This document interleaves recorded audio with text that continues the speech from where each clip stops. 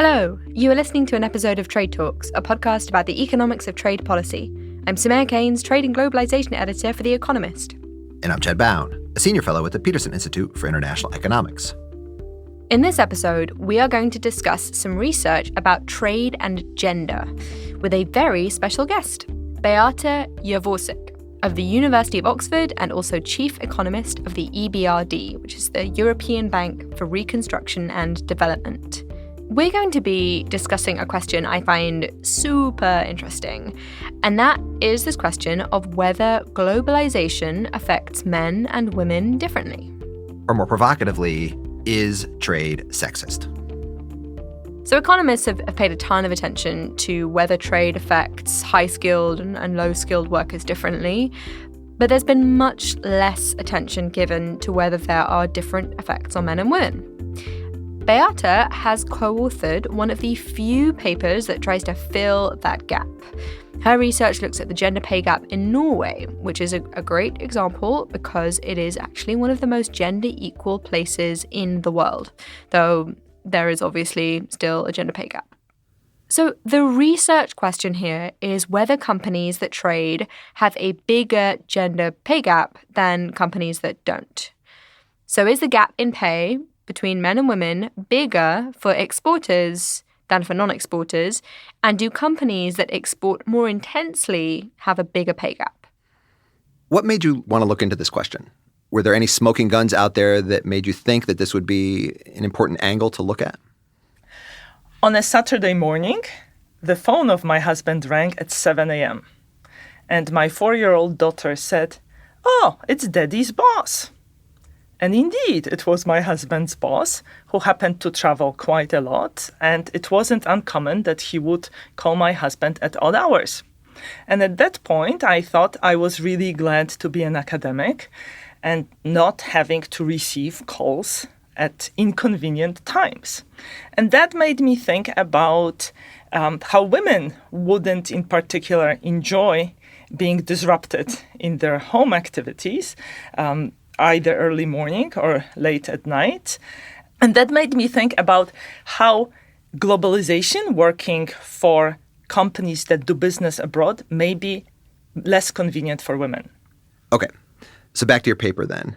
How do you go about answering this question about the role of gender inequality and its relationship to globalization?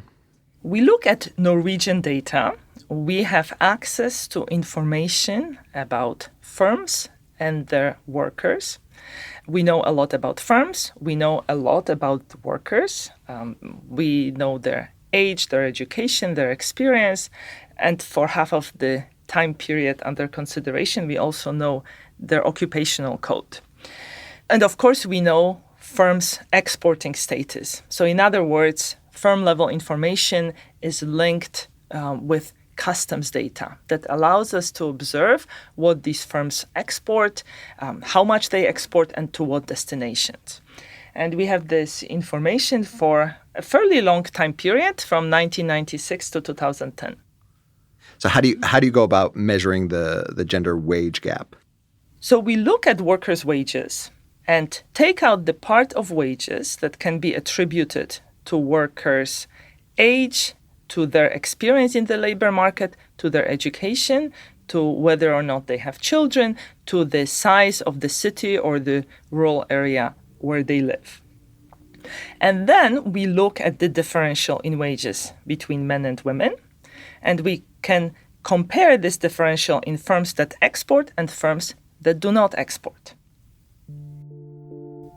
Now, obviously, you can't just compare people who work in exporting companies with people who work in non-exporting companies and then just conclude from those differences that everything is being driven by trade, by what those companies do. Because it could be that there are different kinds of people applying to the jobs at these different kinds of companies. It is not random which workers apply to which firms and which firms are interested in hiring particular workers. So to take this into account, we hold the match between the worker and the firm fixed. So in other words, we look at workers who remain in particular firm for a period of time. And then we ask how the gender wage gap is changing as the firm becomes an exporter. What's your theory for how this gender wage gap is connected to exporting? When you sell products abroad, you need to be in touch with your customers. You need to be able to deal with delays that happen at the border. You need to be able to answer urgent queries, provide technical support. If your customers are located in a different time zone, they may not be able to call you during the regular office hours. Therefore, you may have to take calls either very early in the morning or late at night. And working outside the regular office hours is less convenient for women because they tend to have more duties on the home front. They may have to take children to school or take them to after-school activities. So women may either be less willing to be flexible in this way, or they may be perceived as being less flexible. I loved how in your study you described the sociological evidence in support of this theory. Could you talk about that a little bit? Surveys show that women are perceived to be less committed to their jobs. They are perceived as being more focused on the family. Some experiments using CVs show that woman who has children is perceived as less competent than a man who has children. So in other words, the mere fact that a woman is a mother changes the way she is perceived in a workplace. Here, any pay gap could be being driven by perceptions. So if people think that women are less capable of doing a job or that men are more capable of doing a job, then they will treat them differently. So this theory that the demands for flexibility within a job could be penalizing women is one that other economists have looked at, probably most famously Claudia Goldin of Harvard University. So Claudia Goldin has rightly observed that in some professions, working long hours and working particular hours is being disproportionately rewarded. So think, for instance, about lawyers. In the law profession, the gender wage gap is quite large. She contrasts this with pharmacists who are able to work part-time. In their profession, it doesn't matter how many hours you work, you can be paid by an hour. And in this profession, there is little differential in wages between male and females. Our work is similar to the observation made by Claudia Goldin in a sense that we show that in some firms, flexibility and ability to work outside the standard office hours is being disproportionately rewarded. And so how specifically do you go out and test this theory? So if you believe that exporting firms expect workers to be able to interact with customers located abroad outside of the standard business hours, then it should matter where the exporting firm is selling its goods. So in particular, this gender wage gap we find should be systematically related to the differential in time zones in the export markets served by a particular firm. So we look at the export portfolio of Norwegian firms and we calculate the overlap in business hours between Norway and the export markets served by the firm. So for instance, if a Norwegian firm is exporting to Sweden or Germany or France, exporting shouldn't have much impact on the gender wage gap. However, if a Norwegian firm is exporting to Malaysia or Japan or the US, then the gender wage gap will be larger. And now we should put listeners out of their misery. The big reveal. What is the answer? Do exporting companies have a bigger gender pay gap than non-exporting ones? So we find that firms that become exporters increase the gender wage gap by 3%. We also find that this gender wage gap, that this effect is present among college-educated workers, but not among workers with less education. And that's consistent with our expectations that educated workers are the ones who are dealing with customers located abroad. These are the people who are taking these early morning or late at night calls. We also find that the effects are larger when we just consider workers younger than 45 years of age. These are people who are more likely to have young children at home and for whom it's less convenient to be available outside of the regular business hours. In another exercise, we split workers into those who are managers, professionals, and technicians, and we find the same effect among this group. We do not find higher gender wage gap being associated with exporting in other occupational groups. And so how big are the size of the effects that you find? So a well-known study looked at the UK labour market and looked at workers who have been in the labour market for 10 years. It found that the accumulated work experience explains about a quarter of the gender wage gap. Our effect is equal to half of that. So it's a fairly sizable effect. Reasonably sizable. So it's half of the quarter, right? In summary, it looks like when companies start to export, their gender wage gap grows bigger, and that change is not trivial. And the theory here is that it is something about the process of exporting. This need to deal with customers or clients in different time zones, that process is harder for women to deal with than men. Now, really, really important, finding a gender pay gap does not tell you who is being sexist here. It could be the companies, it could be society with different expectations of women, social norms. It could be all sorts of things. Let me play devil's advocate here. Could it be that your result is driven by sexism in the importing country? That for some reason it's the importing country that's sexist and they don't want to have to deal with women and they're demanding that these Norwegian firms employ men. And that's what drives women not being given the same opportunities.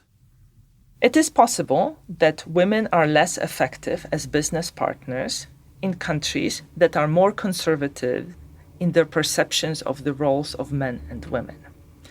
Therefore, in our study, we also asked, is it the case that the gender wage gap is larger if a firm is exporting to such markets?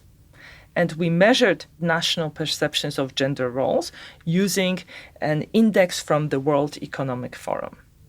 We found no effect.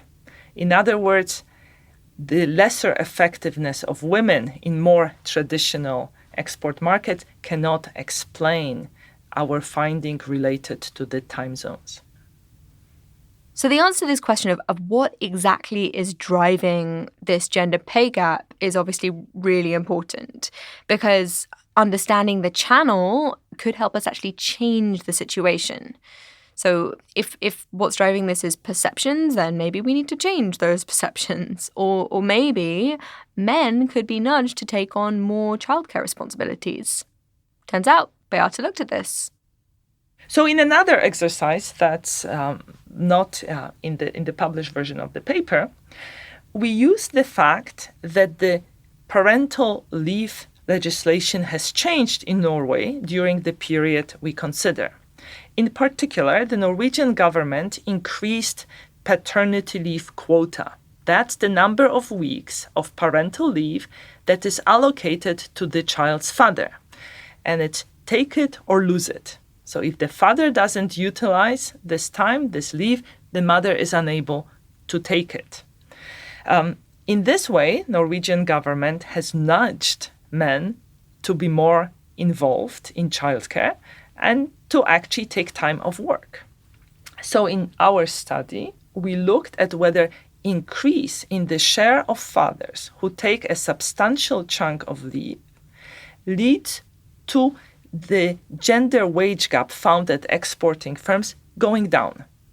So in other words, if you believe that social norms change, the perceptions of the roles of men and women change as men become more and more involved in childcare, that should work in favor of women and should lead to lower gender wage gap in firms.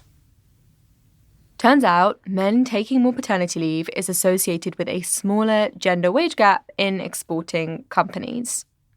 So what we actually did is we look at the percentage of fathers who take at least 2 months of leave, right? And this is national time varying variable.